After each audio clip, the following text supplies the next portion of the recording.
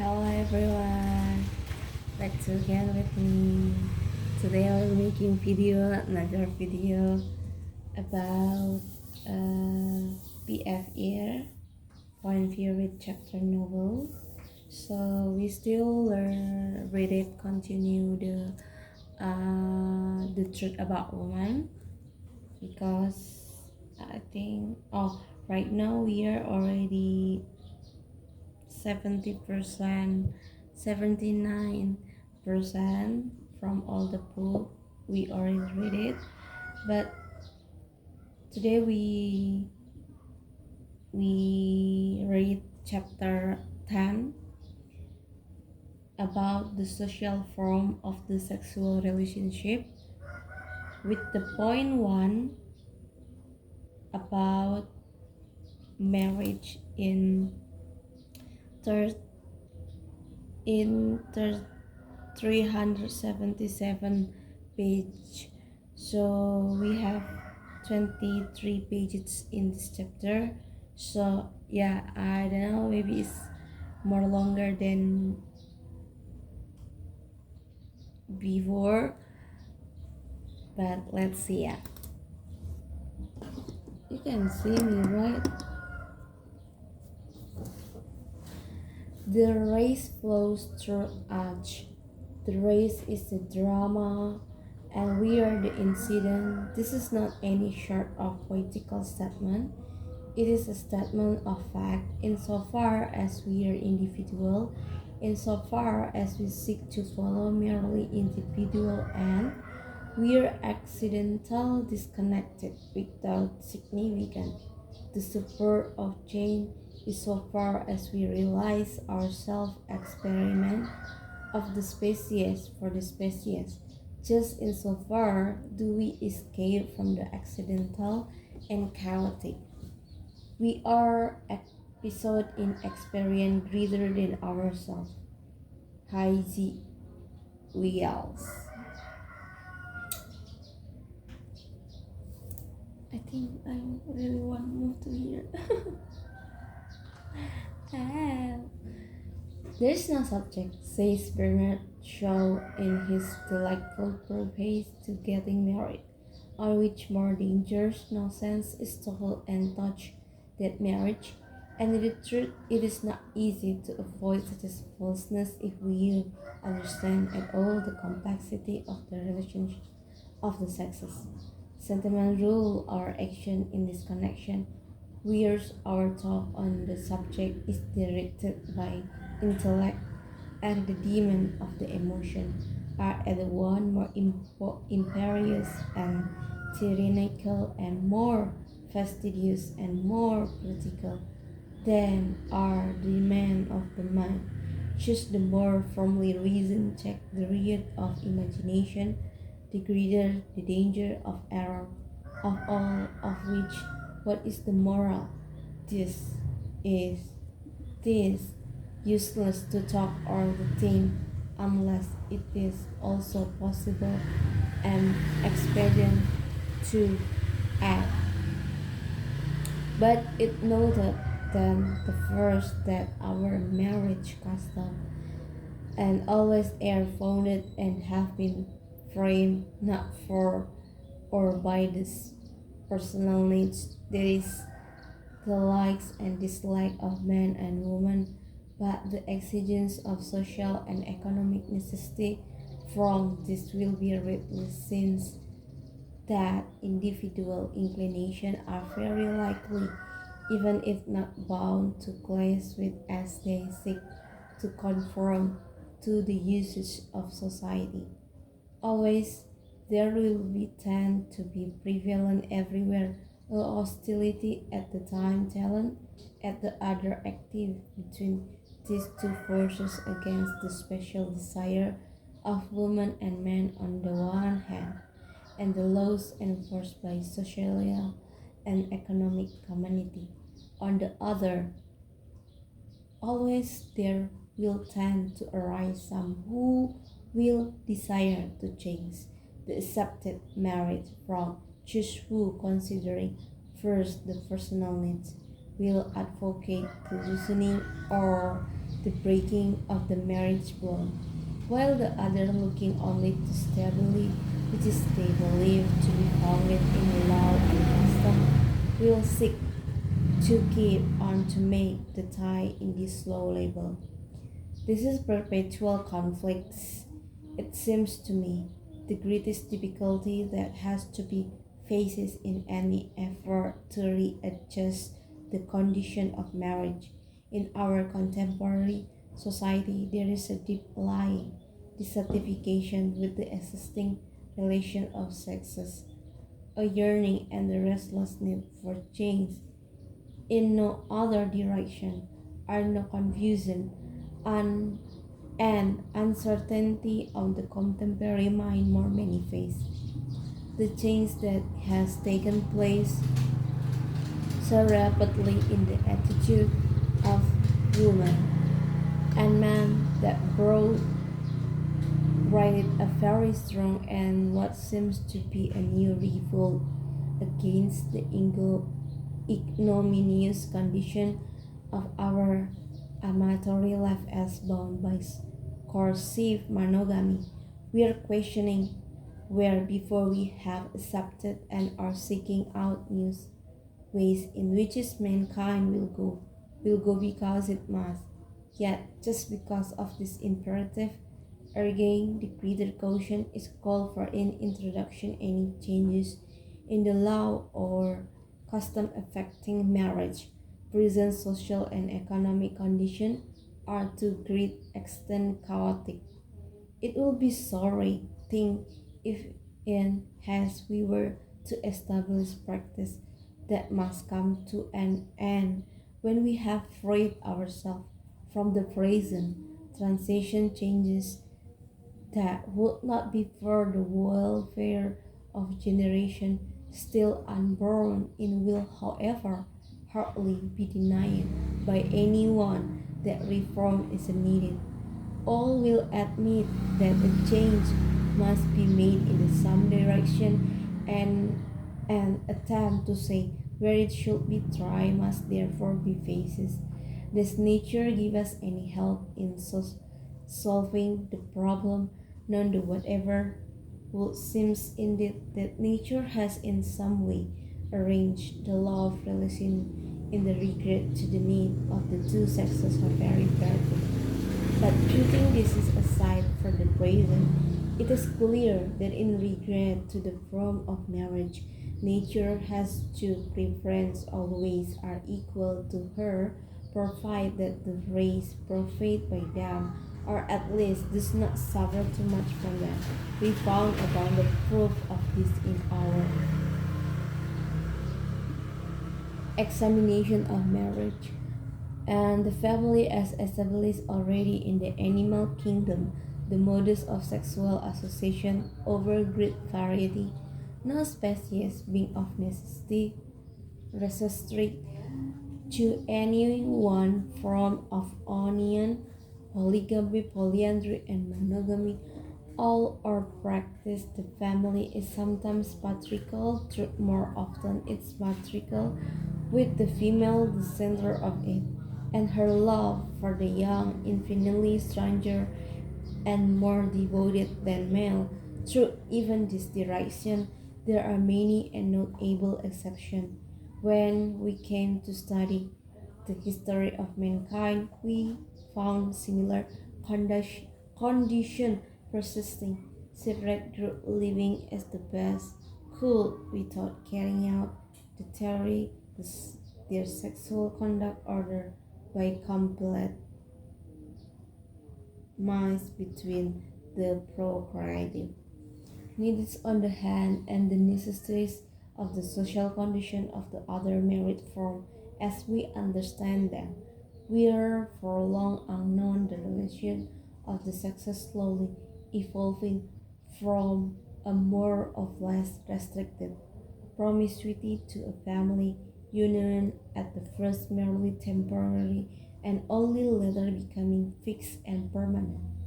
Just a very gradually, the primitive instinct sex impulse underwent expansion and always in the direction of the control of the individual desire in the interest of the family. The unit of the group or state is the family, therefore sex customs arise and laws are made not to suit the convenience of the woman or the man, but for the preservation and good of the family. In a word, the children, they are the pivot which all regulation or merit should turn. It is certain, however, that such as control and such as law have never in the past and never in the future can be fixed to one unchanging form. In the proof of this, I must refer the reader back to historical section of this book, where nothing stands out clearly than the most diverse morality and custom prevail in the matter of sex.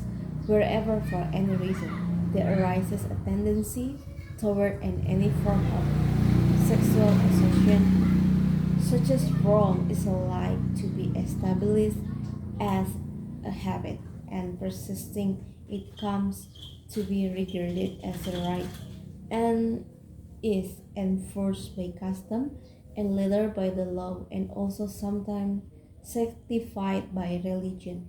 It comes to be regarded as a moral and other form become immoral. Now all this may seems to be rather far away from the matter we are discussing, the present dissatisfaction with our marriage system. But the point I want to make it clear is this: there is no regret and unchangeable code at of right or wrong in the sexual relations.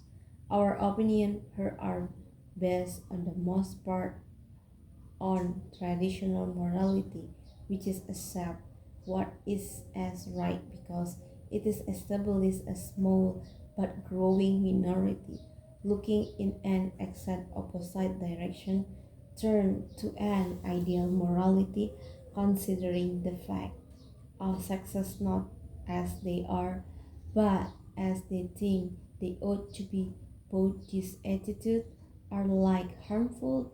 The one refuses to go forward, and the other rushes and blindly guided by sentiment or by personal desire. And today, the greater danger seems to me to rest with the hasty reform. It is an exceptional feminine crusade, but this I do not mean that it is advocated alone by women, but that in itself it must be regarded as a feminine. A view which elevate a subjective fact, the desire and feeling and sentiment are set up in opposition to historical experience and communal tradition. We hear much, and especially in the writing and talk about women, of such as favorite phrase as self-realization in love, the enhancement of the individual life, and the spiritual of sex.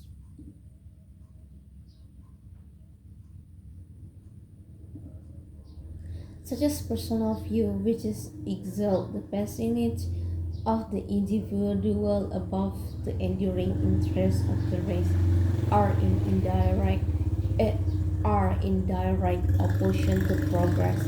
What is the reader needed is an examination of marriage and other form of our sexual relationship by practical morality, by which I mean the estimating of their merits and defect in relation to the vital needs of the community under circumstances of the present.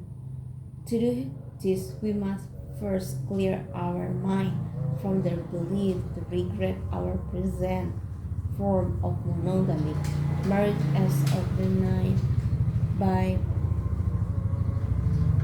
nature and sanctified by God.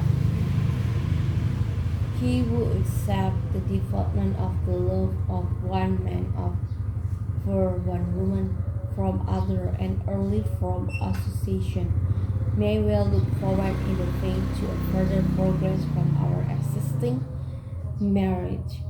Yet through the eager for reform he will remembering the slowness of this steady upward progress in love, refinement in the past, refrain from acting in haste. Understanding the impossibility of forging any utopia of the sexes, no change can be made in the matter so intimate as marriage by mere altering of the law. Only such as reform as the natural outgrowth of enlightening public feeling can be of benefit and just permanent in their result.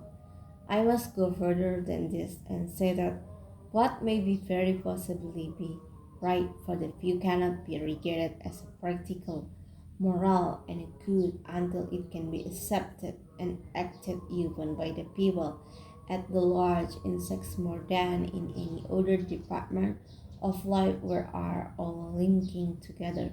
We are our brother keeper and the blood of the race will be required at our head. Many women and some men do not realize at all the immense complication of sex and the claim patient makes on many nature.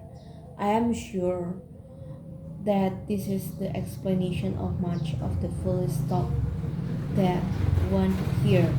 I try to make clear in the first chapter of this book the irresistible elemental power of the uncovered sexual instinct, and this is force is at least as strong now as it was in the beginning of life. For in sex we have as yet learned very little. We who are living among the sophistication of aeroplane, inheritor of the knowledge the old ages have still to pass in wonder along the path of love, entering into it blindly and making all the old mistakes.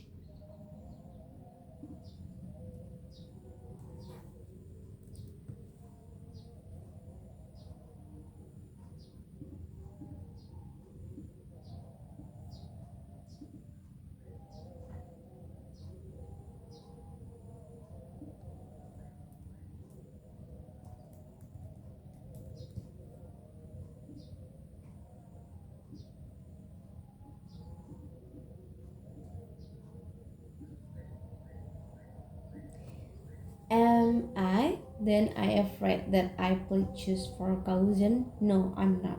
I rest my faith in the development of the racial element in love side by side with its personal and of physical and spiritual joy. For the sex impulses which have ruled woman and man will assuredly come to be ruled by them, just as in the past life has been molded and carried on by love selection, acting unconsciously and ignorant of the end it follows. So in the future the race will be deflowed and carried onward by deliberate selection, and the creative energy of love will become the servant of woman and man. The mighty man force will then be capable of further as yet unrealized development. This is no vain hope, it is disproof in the past history of the selective power of love. The problem of our individual love are linking on the racial life. The hope for improvement rests in growing understanding of the individual relation to the race and in an expansion of our knowledge and practice of the high duty, love, and force. Let us look now the practical direction of the present. We have reached this conclusion as starting point. First, we have inherited marriage as a social, nay more a racial institution. Second, the practical moral and of marriage, whether we regret it from the wider biological standpoint or from the narrow standpoint of society, is a selection of the sexes by means of love, having as its social object, the carrying on the race as the personal object, a mutual life of complete physical, mental, and physical union. Third, the first of this, the racial object, is the concern of the state. The second, the personal need of love, is the concern of the individual woman and man. It is business of the state to make such a law that in the interest of the race, e.a. the children are protected. From this, it will seem to follow that beyond such a scare, the state has nothing to do with the sexual relationship. Here I am, placed in difficulty. I cannot accept this view. I do not believe that the love of woman and man, even far from children, being born from such a union, can ever be merely a personal matter between the two individuals concerned. For this reason, any woman and man is a potential mother or father and may become so in later union. We cannot break the link which is bind the individual to the race. I am very clear in my mind, however, of the need of reconnection. This is perpetual duality in the object of love. It is not necessary to bring forward any proof of the profound significance of the individual side and the sexual pension in the progress of civilization. We may accept but what is really preferred by all of us in our act that love and love's embrace are not exercised only or indeed chiefly for the purpose of procreation, but are of quite equal importance to the parent necessary for the complete life, the physique and mental development, and the joy of the woman and the man. It may seem then we are just faces by two opposing forces. That's not the case. There is a really harmony underlying and the apparent opposition of two interests, and each is neither the inflexible complement of the other. Both the personal and the further reaching racial object of love alike belong to the great sentences of life.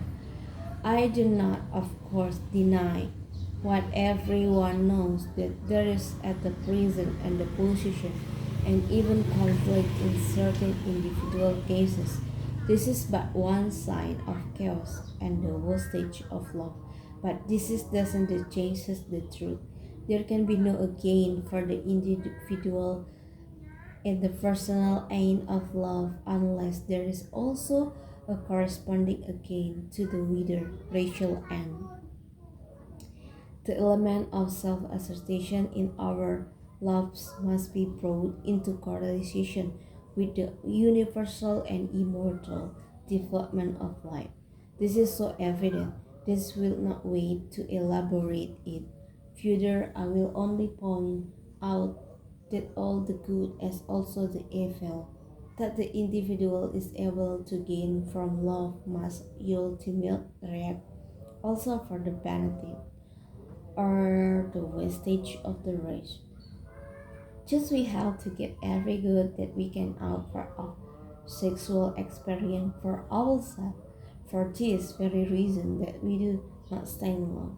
It is because the race flows through us that we have now made the utmost of our individual opportunities and power, so that understanding our position as guardian to the generation yet unborn, we may use to the very full but refrain from any misuses of love's possibility of joy. We know that all we gain ourselves, we gain in the trust for the race, and what we lose for ourselves, we waste for the life to come. This is has how of course been said before by numberless people, but it seems to me it has been realized but very few, and until it is realized to the fullest extent, it will never begin to be practiced. We should continue at the closest purpose between our own interested and desire and the interest of the race and should go on wasting the process of love relentless and ruthlessly.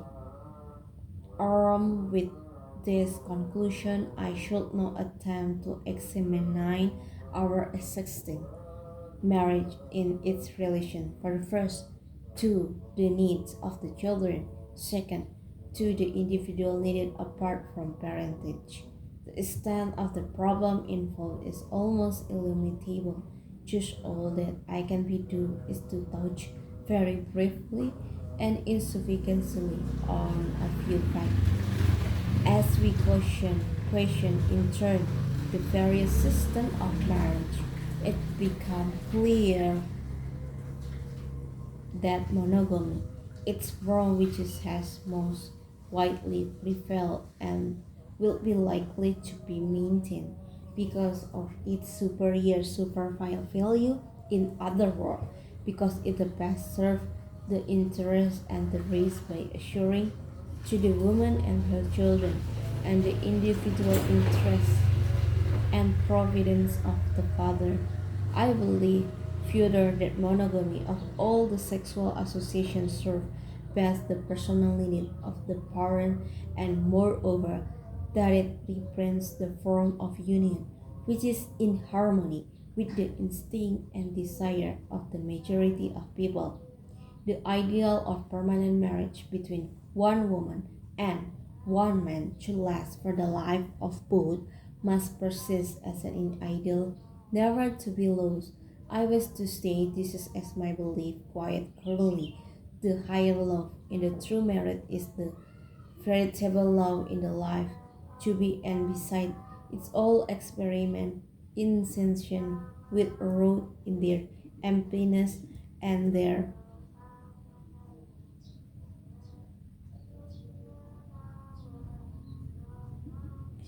self-love. But this faith of mine, an ideal and lasting union doesn't listen at all my skepticism, the moral inefficiency of our present marriage system. It is not the particular form of marriage practice that after all is the main thing, but the kind of lives people live under that form the mere acceptance of legally enforced monogamy does not carry us very far in practical morality. We must claim something much deeper than this, and this brings us to be best congregated of monogamy. That's accepted and practiced by many among us today, best because it is monogamy, largely mitigated by clandestine transitory love, tripling with the sensation of the snaking at the last, which is betrayed, patient, pact of daily observation, may not be shoveled out of consideration by any hypocrisy. They must be faced and dealt with that. Our marriage system is buttressed with the prostitution, which is just makes our moral attitude one of intolerable deception and our effort at reform not only ineffective but absurd without the assistance of the prostitution of one class of women and the enforced celibacy of another class. Our marriage, it is present from cold not stand. It no use circling is a marriage.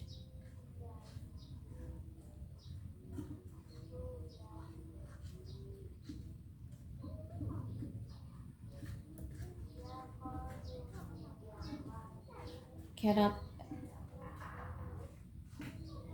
cannot be made more moral, and by this I mean I able to meet, and by this I mean um more able to meet the sex needed of all men and all women. Then we must accept prostitution. No sentimentalism can save us. We must give our consent to this sacrifice of woman as necessary to welfare and stability of society. But with this question I shall deal in later section of this chapter. There's, however, more than this to be said. Marriage is itself, in many cases, a legalist form of prostitution. From the standpoint of moral, the woman who sells herself in marriage is on the same level as the one who sells herself for the night. The one difference is in the price paid and the duration of the contract. This is probably fair to say at the lowest such a seller's marriage result in the greater evil, for the prostitute does not bear children. If she has child, it has, as a rule, been born first, such as our morality, that motherhood often drive her on the two street. Any woman who marries for money or possession is departing from the biological and moral end of marriage. A child can be born gladly only as the fruit of the love. It is in this direction rather than in maintaining barren virginity that woman chastity should be guarded.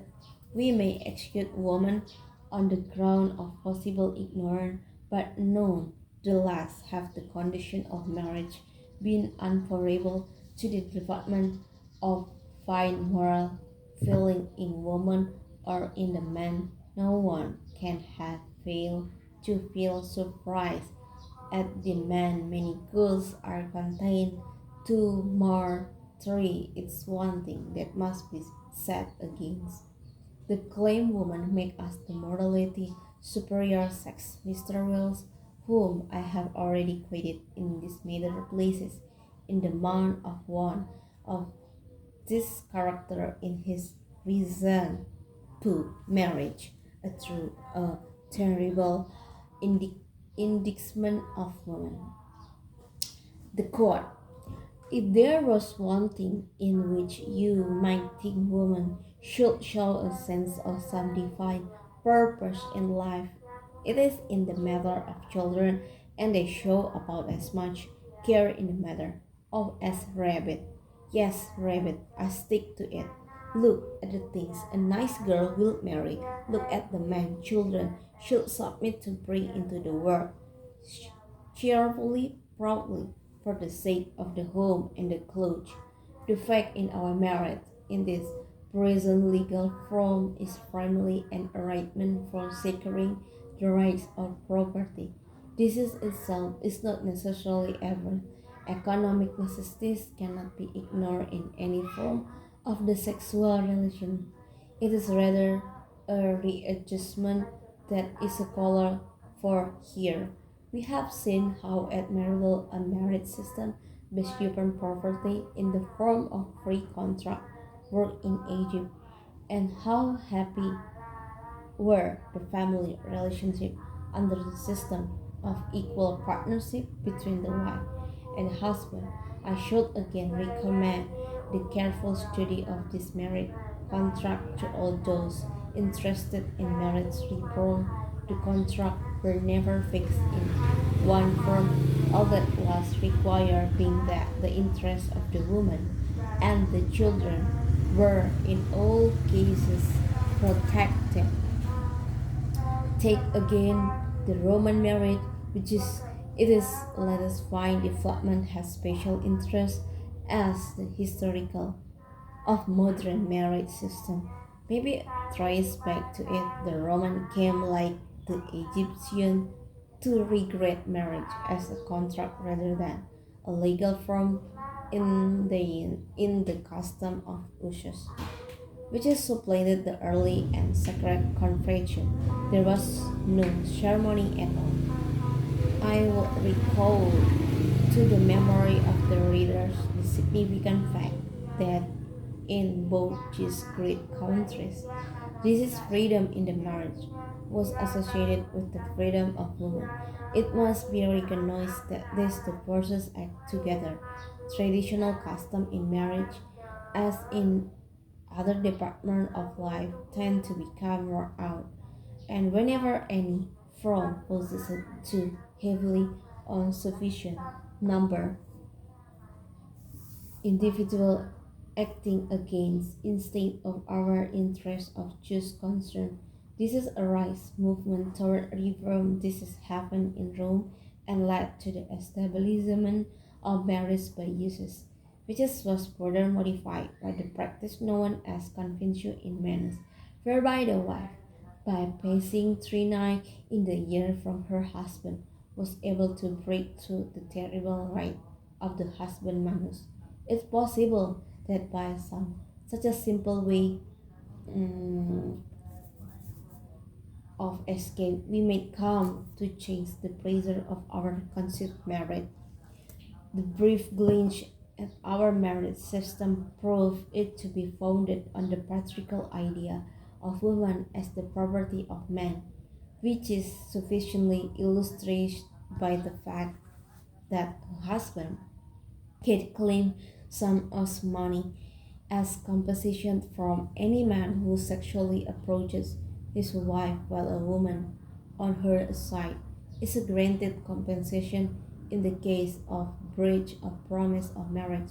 If we seek to find how this condition arisen, we must look backward into the past to define legacy left by the Roman law, which is regarding marriage as a contract places the two sexes in a position of equal freedom, was at the custom of the barbarian and the best Jewish system, giving to the husband right in the marriage and divorce denied to the wife.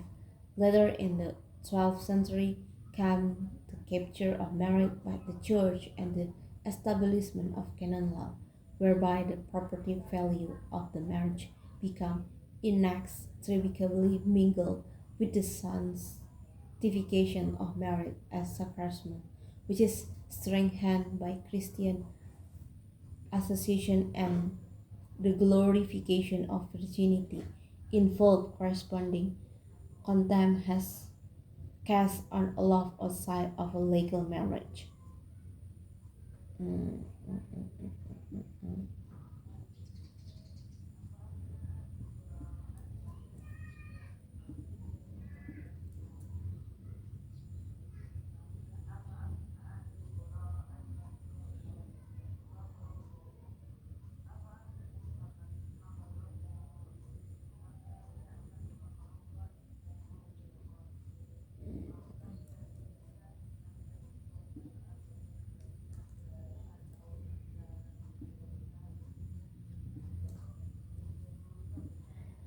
The action of this draw standard of sexual morality has led on the one side to the setting up of theoretical ideal which is as a few are able to follow it tends to become an empathy for.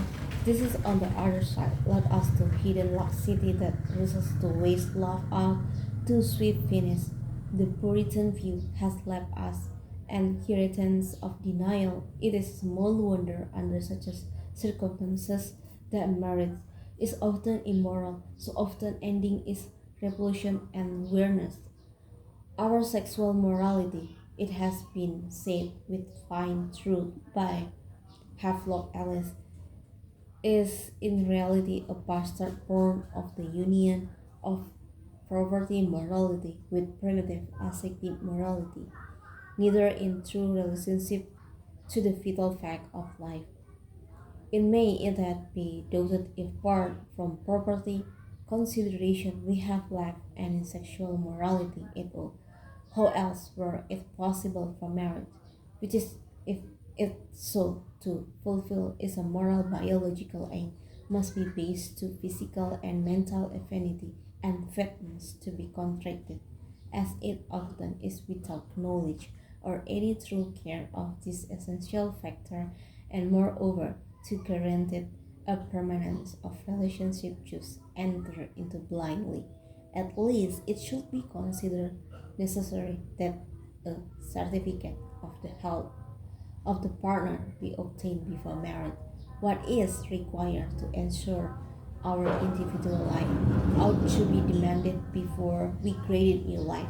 Here, as I believe, is one direction in which the state should take an action. Parentage on the part of degenerate human being is a crime, and such as it ought to be prevented. It may be and is argued that any action of the state in this direction entail an interference with the right of the individual, just the same may be said of all law. The man who wishes to steal or to kill their another or himself away with an equal reason hold that it is an inference of the law that he is not permitted to follow his inclination in this matter. This since they may wish to commit a shortly less evil in their result than the sin's irresponsible parentage. You see what I mean? For if this unceasing crime against the unborn could some be stopped, there would be so great a reduction of all other sins that we might well be free from many laws. As an example, I will refer the reader back to the first pardon to consider how great was the gain to them as individuals by their strict and unconditional care for the welfare of the race. There are many who attribute to Mammon marriage all the terrible evil of our disordered life today. It is therefore well to remember that such a conditions are not really new thing and cannot be regretted as the result of our commercial civilization. The instruction of economic intermarriage is of very ancient origin and may be found among the people who are almost primitive, but there is important differences in early and more religious society, such as property-based marriage occurs side by side with other forms of sexual association, one a more neutral basis, which are openly accepted and honor our marriage system, but its rigorous exclusion clauses. This is may of escape morality may be read to any extent provide that law and religion have been invoked in legal marriage. Let me give an, let me give by reader two cases from own experience. Facts speak more possibly than any more statement of opinion. In the village that I know well, a woman legally married bore five idiot children, one after the other. Her husband was confirmed drinker and mental degenerate. On one of the children fortunately died. The next was chosen as fitting for this funeral card was of such as this is the kingdom of heaven. About the same time, in the same village, a girl gave birth to illegitimate child. She was a beautiful girl. The father, who did not live in the village, was strong and young. Probably the child would have been healthy, but the girl was sent from her situation and later was driven from her home by her father. At the least, she showed refuge in this quarry, and she was there for 2 days without food when we found her child had been born and was dead. After all, the girl went mad. I will add no comment except to record my belief that under a standard social organization, such as crime against love will be impossible, as was said years ago by the wise Senancour. The human race would again much if virtue were made less laborious. Let us view this large question in the light of their result to the individual and the race. This is practical morality will serve us better than any traditional code. So only shall we learn to see if we cannot rid love of the stress and the pain. This unendurable. We force woman and man into revelation, into varying concealment, and the doubt and the 45 way to 5. For this reason, we must believe, I believe, make the regulation of the law as wide as possible, taking care only that mother and all children must be safeguarded, whether in legal marriage or outside, all of which forces the conclusion the same act of love cannot be a good or bad just because it is. perform in our out of merit. To hold such an opinion is really as absurd as saying that's good is a more less digestible according to whatever grace is or is not set before the meal. All marriage forms are only matter of custom and expediency. In fact, of the iniquity of the bastardly law, we may will pause so dope the tradition idea or sexual code and conventional morality. It seems to me that in this question of sex, we have receded further and further from the reality of things and become blinded and baffled by the very idol to love that have set up. One thing renders love altogether and equally wrong, and this is was.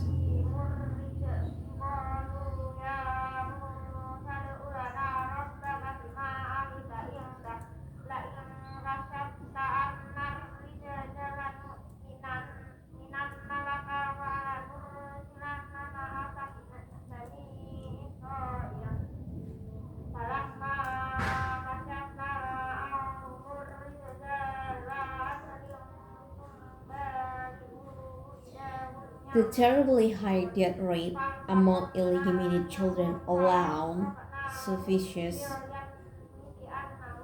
to illustrate the actual condition to say nothing of the greater waste often carried on these just children who live the question of the maintenance of social and feathered children is a scandal of our time. We may surely claim that the birth of any child without exception must be preceded by some form of contract which should not necessarily binding the mother and the father to each other will place on both alike the obligation of adequate fulfillment of the duty of their child. This is, I believe, the state must enforce. If inability on the part of the parent to make such a provision is approved, the state must step in with some wide and fitting scheme of insurance of childhood. The carrying out of even this simple demand will let us a great step forward in practical morality. It will open up the way to a saner and more beautiful future. But here, in case I am mistaken and thought to be desiring to the loosening of the bond between the sexes, I must repeat again how firmly I accept marriage as the best, the happiest, and the most practical form of the sexual association. The ideal union is, I am certain, an indestructible bond, and trebly woven of inclination, duty, and convenience. Marriage is an institution. Marriage is an institution older than any existing society, older than mankind, and reach back as further study in sex has a beautiful shown to infinitely remote place. Its forms are therefore too fundamental blended with human, further back with animal society, for them to be taken with terrorists, the practice, the group, individual.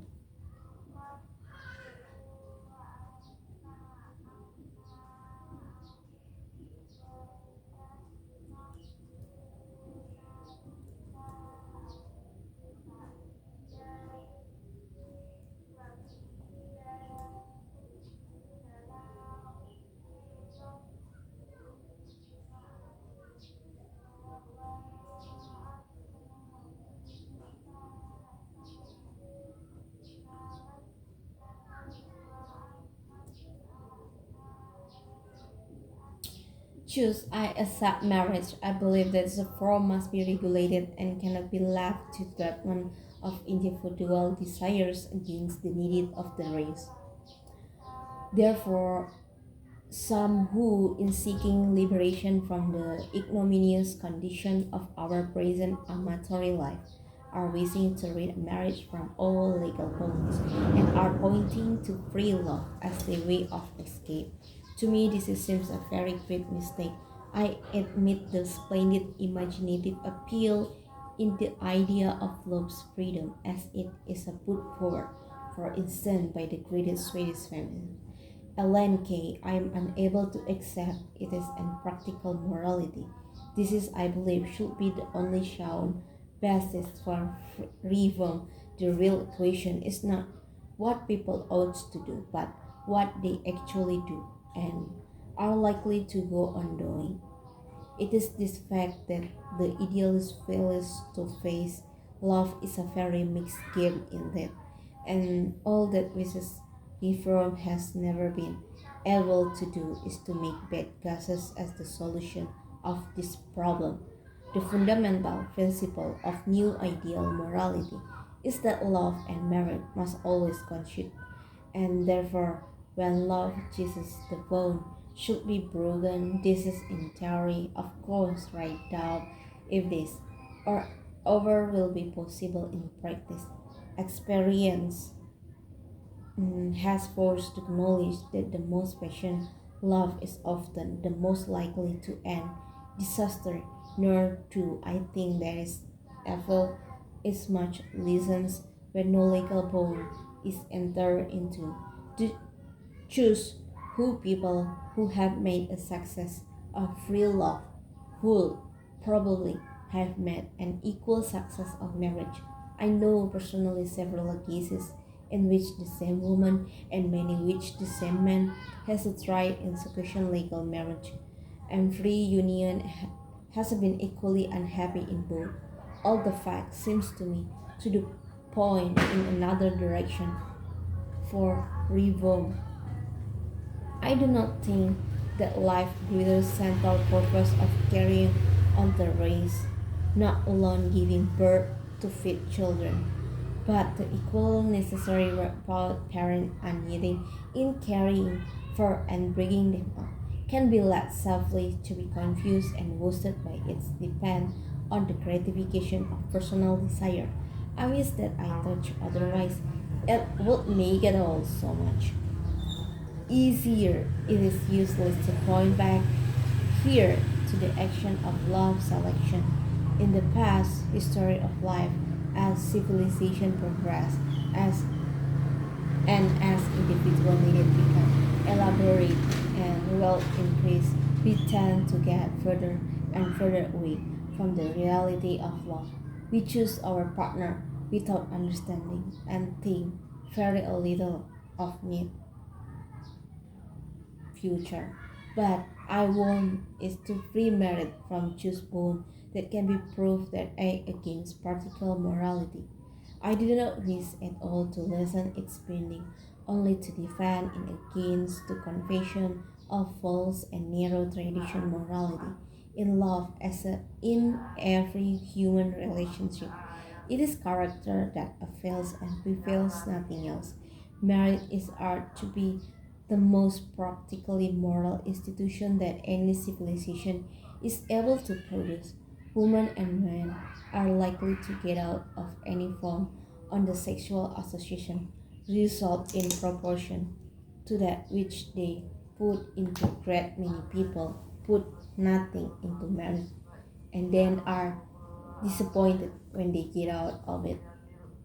Nothing. We should put more into marriage and no less in proportion as we come to understand it and to value its enduring importance.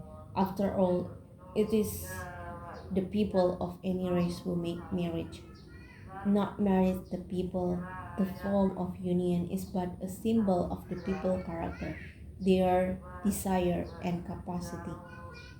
If we have involved the wrong woman and man, then any reform of marriage pain have we in our weakness civilization drifted so far from life that the inherent attribute of royalty and discipline to the future are no longer with us in sufficient measure adequately to respond to the integral reality of love. The answer is with woman. We must demand from the father of our children as we demand from ourselves royalty to well-being the race, discipline of our personal desire and love that we may maintain ourselves with as the bearers and protector of choose wider interested, which is belong not to ourselves, not to this generation alone, but to the life and the future history of our race. Woman must again assert as the did in the past that she is maker of man. She must reclaim her right, help with the female from the beginning of life as the director of love, selective power, and more even than is. Woman with the man must be the farmer of the law and the guide and the writer of all the relationships of the sexes, but it's not sufficient to do this by mere proclamation. Truly nations are not made by theories or by the blast of the trumpet. They are real into the bones of merit, and what we incorporate that one will be manifest in our children. So yeah, that's all for this chapter. Oh, it's really more longer, yeah, 55 minutes. And point of view, I get it have 4 points. For the first, I highlight about the higher love in true merit is the variable love the life to be, and beside it all experiment in sensation will rot in their emptiness and their self-love. Later in 12th century came the capture of marriage by the church and the establishment of canon law, whereby the property value of the marriage became inextricably mingled with the sanctification of Christian of marriage is sarcasm which strength by Christian asceticism and the glorification of virginity involve a corresponding contempt cast on all law outside of legal marriage, emphasizes the iniquity of our bastardy laws. We may well impose the traditional idea of our sexual code or and conventional marriage. The last highlight view marriage is an institution older than existing society, older than mankind, and reaches back as Fabrice's study of insects has so beautifully shown us to an infinitely remote post. Its forms are therefore too fundamentally blended with woman and further back with the animal society for them to be shaken with the theories or even the practice of individual or group or individual. So yeah, that's it, and I think enough. It's similar with the another practice, almost 1 hour, but I'm glad for that to make me familiar with the some vocab in Englishes and to develop my Englishes. So that's all from me, and see you with the next video. Bye bye.